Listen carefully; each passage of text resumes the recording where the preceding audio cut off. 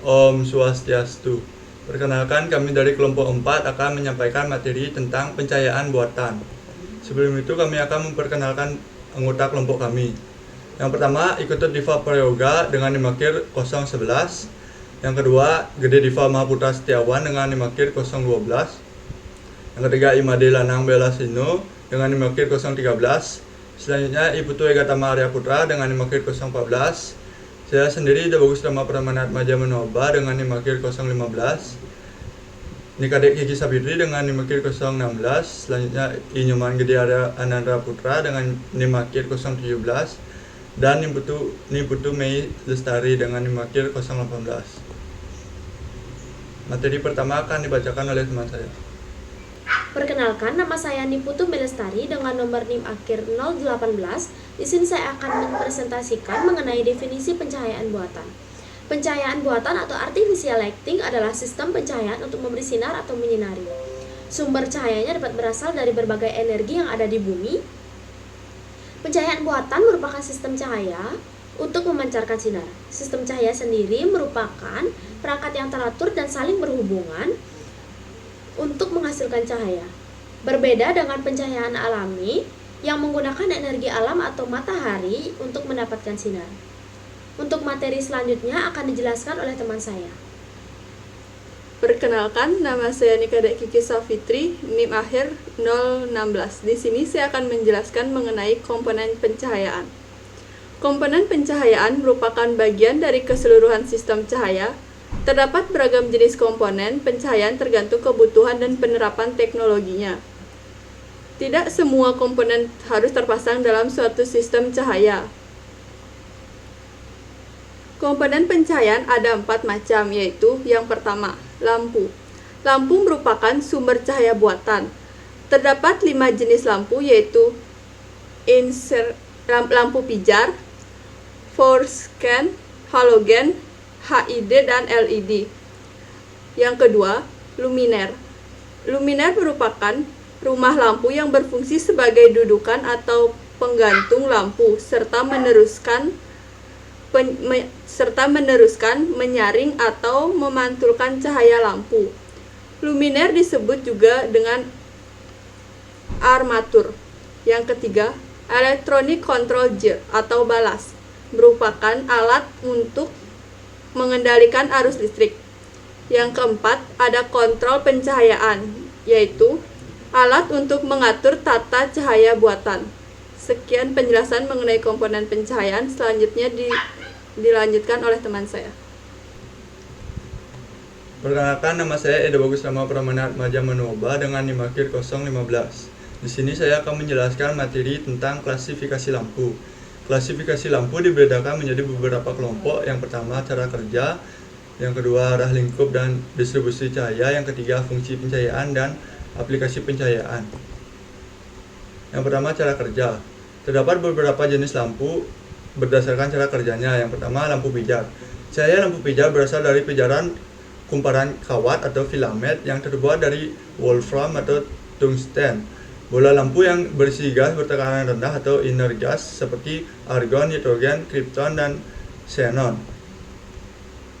Selanjutnya ada lampu fluorescent. Cahaya lampu fluorescent berasal dari pendaran lapisan tipis fosfor pada permukaan dalam tabung. Fosfor menghasilkan cahaya tampak karena tertumbuk gelombang elektromagnetik ultraviolet yang dihasilkan uap merkuri saat terjadi aliran elektron antar elektroda atau katoda menuju anoda. Tabung berisi gas bertekanan rendah berisi argon, neon, krypton, dan xenon. Selanjutnya ada lampu halogen. Seperti lampu pijar, cahaya lampu halogen juga berasal dari pijar kumparan kawat yang terbuat dari bahan wolfram dan bola lampu yang berisi inert gas. Perbedaannya dimensi lampu halogen lebih kecil, dapat beroperasi pada suhu yang lebih tinggi, serta terdapat sedikit gas halogen seperti ion dan bromin. Selanjutnya ada lampu HID. HID merupakan singkatan dari High Intensity Dispense. Seperti lampu fluorescent, lampu jenis ini termasuk gas dispense lamp, tetapi memiliki intensitas cahaya tinggi. Selanjutnya ada lampu LED. LED singkatan dari Light Emitting Diode. Dioda adalah semikonduktor berbentuk keping atau LED chip. Jika dialiri arus listrik, maka elektron atomnya akan tereksitasi sehingga melepas cahaya. Dioda ini terpasang pada emitter sumber cahaya lampu LED. Yang kedua ada arah, lingkup, dan distribusi cahaya. Menurut arah, lingkup, dan distribusi cahaya, terdapat beberapa jenis lampu. Yang pertama downlight dan uplight.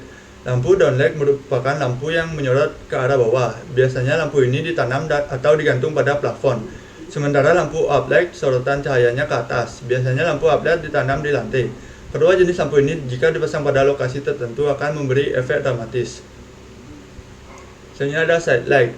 Berbeda dengan lampu downlight dan uplight, lampu side light sorotannya lampunya ke arah samping. Peletakannya juga di dinding. Tak hanya di dinding, lampu side light juga banyak diaplikasikan pada tangga. Selanjutnya ada lampu front light dan backlight. Lampu front light menyorot cahayanya ke arah depan objek yang ingin ditonjolkan pada suatu lokasi. Sementara backlight menyorot cahaya dari belakang objek. Lampu backlight biasanya diterapkan untuk signet dan poster box. Selanjutnya ada spotlight dan floodlight. Lampu spotlight menyorot pada titik tertentu, terbatas pada satu arah. Penerapan lampu spotlight biasanya untuk display barang di toko, galeri seni, dan museum. Lampu floodlight sorotannya lebih luas ketimbang lampu spotlight.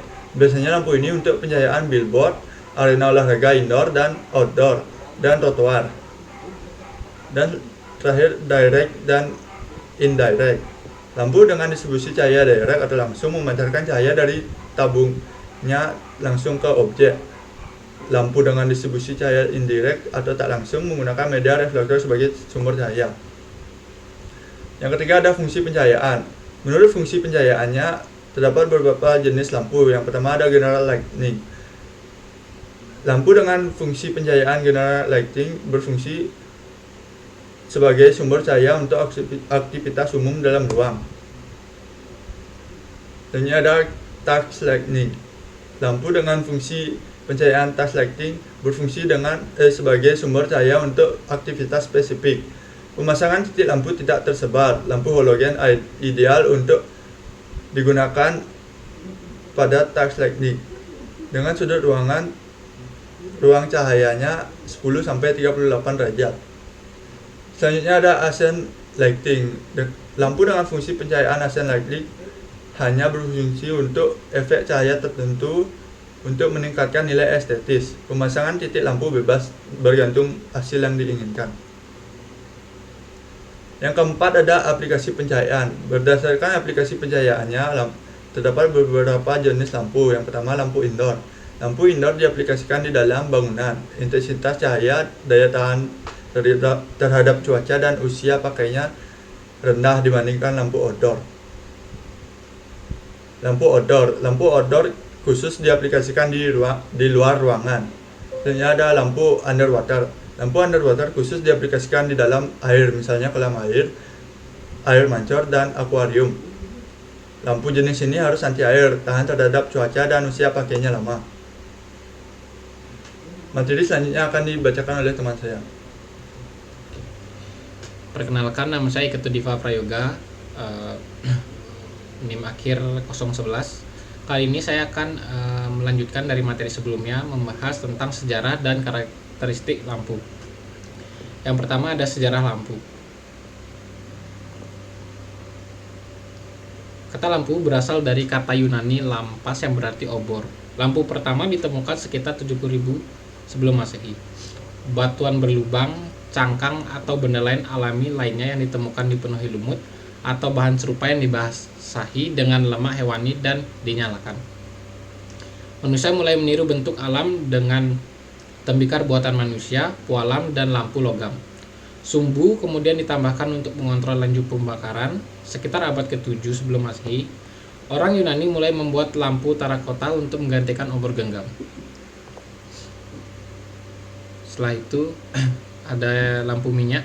Pada abad ke-18, Ami Argan, seorang ahli kimia Swiss, dikreditkan dengan pertama kali mengembangkan prinsip penggunaan lampu minyak dengan sumbu melingkar berongga yang dikelilingi oleh cerobong kaca pada tahun 1783. Bahan bakar lampu minyak awalnya terdiri dari minyak zaitun, lilin, lebah, minyak ikan paus, minyak wijen, minyak kacang, dan sejenis pada abad ke-18.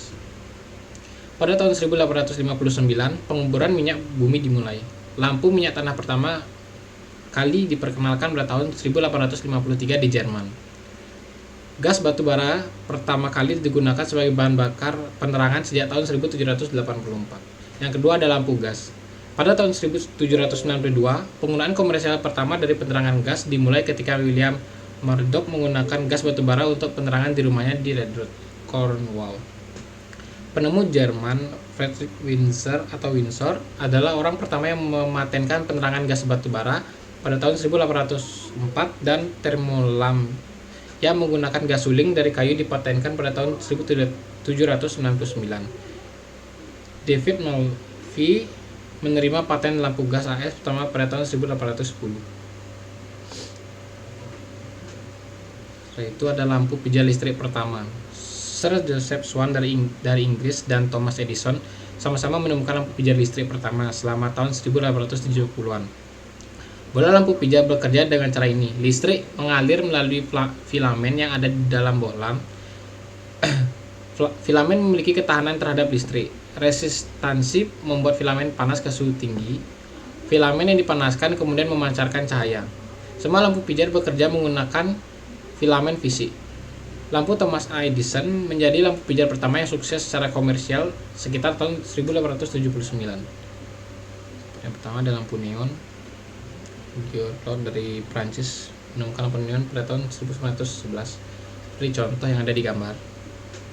Ada berbentuk spiral dan berbentuk tabung. Setelah itu ada lampu halogen. Bentuknya seperti yang ada di gambar. Seperti itu. Selanjutnya jenis lampu dan karakternya. Yang pertama ada lampu halogen. Lampu halogen mengandung filamen berlapis yang dikelilingi oleh gas halogen yang mengeluarkan elektron saat dipanaskan. Lampu ini biasanya memiliki masa pakai lebih lama dan lebih efisien daripada lampu filamen pijar. Pada September 2018, penggunaan lampu halogen dilarang di seluruh Eropa. Larangan tersebut dimaksudkan untuk membawa peralihan ke light emitting diodes atau LED yang mengkonsumsi energi 5 kali lebih sedikit daripada lampu halogen. Yang kedua ada lampu pijar. Lampu pijar mengeluarkan arus listrik melalui gas lembab dan uap merkuri bertekanan rendah untuk menghasilkan energi ultraviolet atau UV.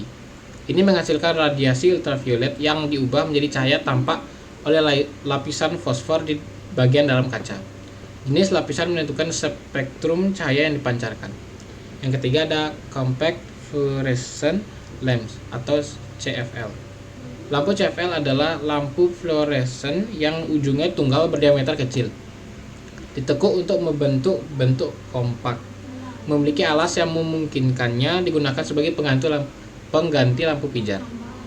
Yang keempat ada High Intensity Discharge Lamp atau HID. Lampu HID merupakan jenis lampu yang dibentuk oleh tabung busur kompak yang membungkus gas dan garam logam. Ketika busur telah terbentuk, garam logam menguap, membentuk plasma yang meningkatkan intensitas dan mengurangi konsumsi daya busur. HID biasanya adalah merkuri, metal halide atau MH, ceramic metal halide atau CMH, atau high pressure sodium atau HPS. Yang kelima ada lampu xenon. Lampu xenon adalah salah satu jenis lampu yang mengandung gas xenon dan memancarkan cahaya yang sangat mirip dengan sinar matahari. Yang terakhir ada yang nomor 6, LED, light emitting diodes. Lampu ini mengandung bahan semikonduktor padat yang mengubah impuls listrik menjadi cahaya. Mereka mungkin termasuk bahan fluoresen yang mengubah warna cahayanya. Mereka memiliki efisiensi yang mirip dengan CFL tetapi lebih tahan lama. Sekian yang saya dapat sampaikan. Untuk materi selanjutnya akan Baik, perkenalkan nama saya Nyoman Gede Haryana Putra, NIM akhir 017. Di sini saya akan menjelaskan materi lampu hemat energi.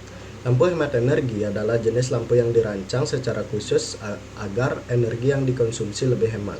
Lampu hemat energi didesain untuk memaksimalkan energi listrik yang diserap diubah ke dalam energi cahaya. Salah satu ciri lampu hemat energi adalah relatif tidak terlalu panas saat digunakan. Adapun contoh-contoh lampu hemat energi, yang pertama itu ada lampu pijar.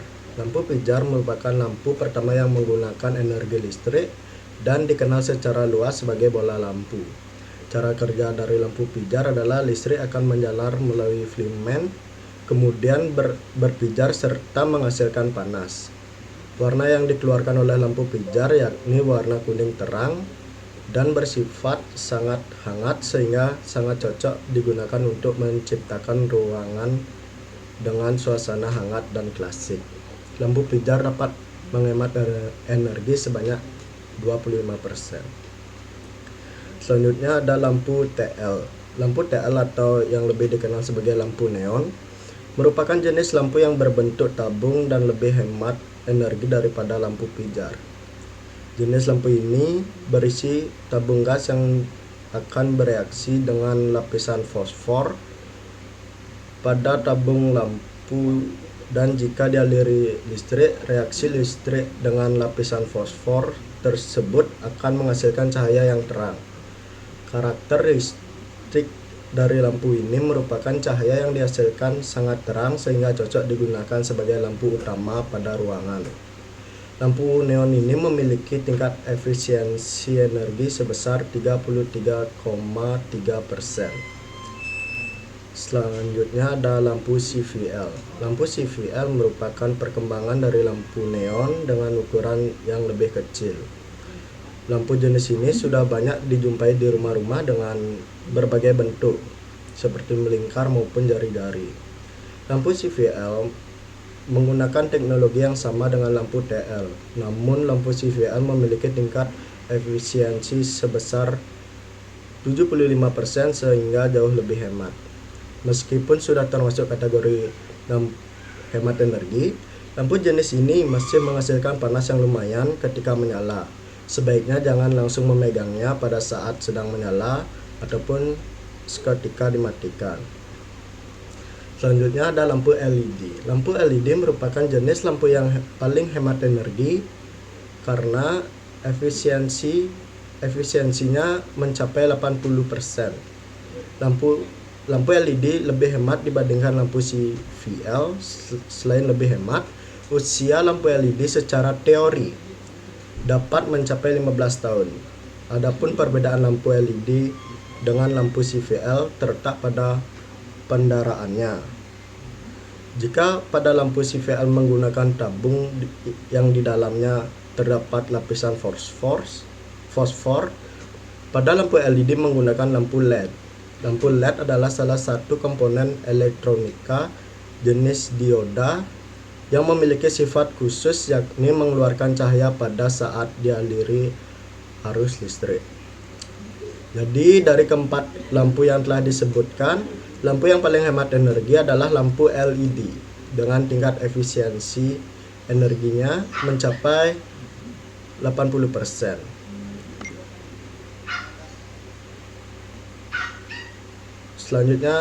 Materi selanjutnya akan dijelaskan oleh teman saya. Perkenalkan, nama saya Nika Kiki Safitri. Di sini saya akan menjelaskan mengenai perkembangan teknologi pencahayaan. Saat ini, perkembangan teknologi lighting mengarah ke pencahayaan dengan ramah daya atau low energy lighting. Untuk sebuah produksi televisi low energy lighting merupakan kombinasi dari efisiensi peralatan lighting, sumber daya, luminaires atau sumber sistem optikal dan lighting control. Efisiensi desain lighting. Instalasi dari lighting mulai dari bentuk maupun desain lampu. Efisiensi manajemen lighting membahas mengenai bagaimana mengatur peralatan lighting di sebuah tahapan produksi termasuk di tempat gelap sekalipun. Sekian penjelasan saya dan dilanjutkan oleh teman saya. Perkenalkan, nama saya Putu Ega Tamaya Putra, NIM akhir 014. Di sini saya akan menjelaskan materi istilah dalam pencahayaan buatan. Istilah dalam pencahayaan buatan ada 5. Yang pertama, intensitas cahaya. Intensitas cahaya adalah kuat cahaya sumber cahaya dan diukur dengan candela pada sistem internasional. Yang kedua, iluminan tingkat iluminasi. Iluminan adalah banyak arus cahaya yang datang pada suatu unit bidang dan memiliki satuan lux luminen. 2. Iluminasi adalah datangnya cahaya ke suatu objek 4DC. Yang ketiga, luminan tingkat luminan. Luminan adalah intensitas cahaya yang dipancarkan, dipantulkan, atau diteruskan oleh suatu unit bidang yang diterangi. Luminasi adalah perginya cahaya dari suatu objek. Yang keempat, pencahayaan umum. Pencahayaan umum merata untuk seluruh ruangan dan dimaksud untuk memberi terang merata. Dan yang terakhir, reflektansi menyatakan bahwa setiap objek memantulkan sebagian dari cahaya yang mengenainya, tergantung pada susunan geometris. Ukuran yang dapat tepat pada berupa reflektansi cahaya total, reflektansi cahaya reguler, reflektasi cahaya difus, dan faktor reflektasi cahaya atau faktor luminasi. Selanjutnya, saya akan menjelaskan materi perencanaan pencahayaan buatan. Ambient lighting atau general lighting. Pada luar bangunan atau outdoor, ambient lighting dapat bersumber dari matahari. Decorative lighting terlepas dari fungsi utamanya sebagai sumber penerangan, lampu biasanya sekaligus berfungsi sebagai elemen dekoratif dalam tata ruang. Active lighting biasanya digunakan untuk menerangi suatu yang khusus seperti lukisan dan tembok. Test lighting merupakan jenis penerangan yang dibutuhkan untuk ruang kerja sebagai pencahayaan untuk belajar. Kinetic lighting. Sumber cahaya kinetic lighting bisa berasal dari matahari dan api seperti lilin, lentera, dan obor. Penerangan dari api memiliki pendar cahaya yang tidak begitu kuat namun bergerak-gerak sehingga atmosfer yang dihasilkan menjadi unik karena adanya bayangan yang bergerak. Selanjutnya akan dijelaskan oleh teman saya. Baik, perkenalkan, nama saya Imadi Lanang Welasino Bertayasa dengan NIM akhir 013. Di sini saya akan melanjutkan dari materi sebelumnya dan saya akan membahas psikologi dan estetika. Psikologi lingkungan. Psikologi lingkungan memberi perhatian terhadap manusia, tempat, serta perilaku dan pengalaman manusia dalam hubungannya dengan setting fisik. Lingkungan fisik tidak hanya berarti rangsang fisik seperti cahaya, sound, suhu, bentuk, warna, dan kepadatan terhadap objek-objek fisik tertentu, tetapi lebih dari itu merupakan suatu kompleksitas yang terdiri dari beberapa setting fisik di mana seseorang tinggal, berinteraksi, dan beraktivitas. Estetika secara umum. Estetika dalam arsitektur bangunan merupakan filsafat keindahan bentuk dan ruang, maka pemaparan estetika arsitektur ini diarahkan pada pembahasan arsitektur sebagai ilmu dan seni. Selanjutnya akan dilanjutkan oleh teman saya. Baik, perkenalkan, nama saya Gede Divama Putra Setiawan, NIM akhir 012. Di sini saya akan melanjutkan presentasi dengan materi selanjutnya, yaitu materi konservasi energi. Konservasi energi adalah penggunaan energi dengan efisiensi dan rasional tanpa mengurangi penggunaan energi yang memang benar diperlukan. Upaya konservasi energi diterapkan pada seluruh tahap pemanfaatan, mulai dari pemanfaatan sumber daya energi sampai pada pemanfaatan terakhir. Dengan menggunakan teknologi yang efisien dan membudayakan pola hidup sehat, hemat energi, konservasi energi merupakan upaya sistematis, terencana, dan terpadu guna melestarikan sumber daya energi dalam negeri dan meningkatkan efisiensi pemanfaatan sumber daya energi. Selanjutnya ada tahap-tahap pengolahan energi pada konservasi energi. Yang pertama, ada penyediaan energi, yang kedua ada pengusahaan energi, yang ketiga ada pemanfaatan energi, dan yang terakhir ada konservasi sumber daya energi. Adapun pendorong kebijakan konservasi energi, yang pertama, pertumbuhan ekonomi, dan daya saing. Seperti contohnya, yang pertama menurunkan intensitas energi, yang kedua meningkatkan daya saing industri, yang ketiga menurunkan biaya produksi, dan yang terakhir ada biaya energi yang lebih terjangkau. Selanjutnya yang kedua ada ketahanan energi, di mana contohnya seperti menurunkan impor energi, memaksimalkan untuk kebutuhan domestik dan mengurangi ekspor, meningkatkan reliabilitas, selanjutnya mengontrol pertumbuhan demand energi, dan mendorong diversifikasi energi dengan memaksimalkan EBT. Yang ketiga ada perubahan iklim. Seperti contohnya upaya mitigasi dan adaptasi global dan memenuhi kewajiban internasional berdasarkan konvensi kerangka kerja PBB. Baik, sekian dari yang saya dapat sampaikan. Selanjutnya akan dilanjutkan teman saya tentang study case. Terima kasih. Perkenalkan, nama saya Niputu Melestari dengan nomor NIM akhir 018. Di sini saya akan mempresentasikan mengenai studi kasus yang telah kami analisis dan kami observasi. Di sini kami menggunakan ruang tidur sebagai observasi kita dengan panjang 4,5 meter dikali lebar 4,5 meter. Dan luas bukaan yang ada di ruang tidur ini yaitu 2,25 meter persegi. Jumlah lampu yang berada di ruang tidur ini ada 1 titik lampu. Sedangkan posisinya tepat berada di tengah-tengah kamar tidur dengan jenis lampu yang dipakai yaitu Philips LED 14 watt.